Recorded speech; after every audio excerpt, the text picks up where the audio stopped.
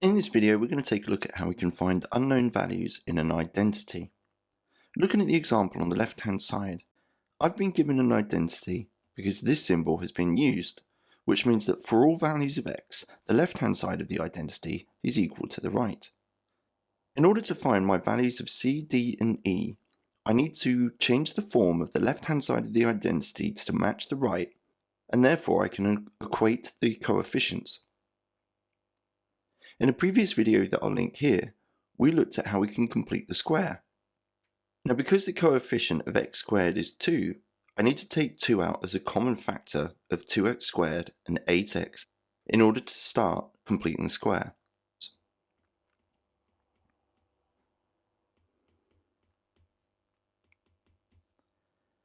Completing the square on this bit, 2 lots of x plus 2 all squared, take away 4 plus 11. Expanding out the bracket by multiplying by 2 will give me 2 lots of x plus 2 all squared, take away 8, and then add 11.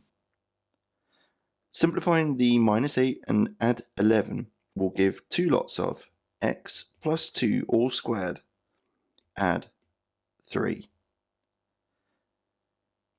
Now, writing the right hand side of the identity underneath, c lots of x plus d all squared plus e, we can now read off the values of c, d, and e. c is equal to 2, d is equal to 2, and e is equal to 3. So I've now answered the original problem. Pause the video here and have a go at the question on the right hand side. When you're ready for the answer, press play.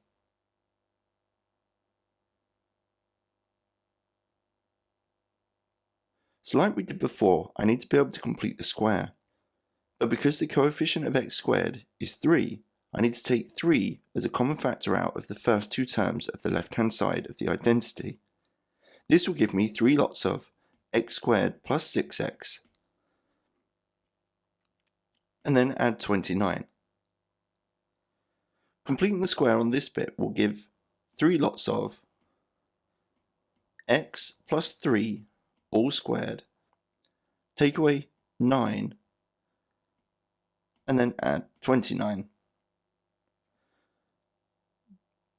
Multiplying out the 3 will give me 3 lots of x plus 3 all squared, minus 27, add 29. And simplifying the negative 27, add 29 will then give 3 lots of x plus 3 all squared, add 2. Now writing c lots of x plus d all squared plus e now means I can read off my values of c, d, and also e. c is equal to 3, d is equal to 3, and e is equal to 2. And I've now answered the original problem.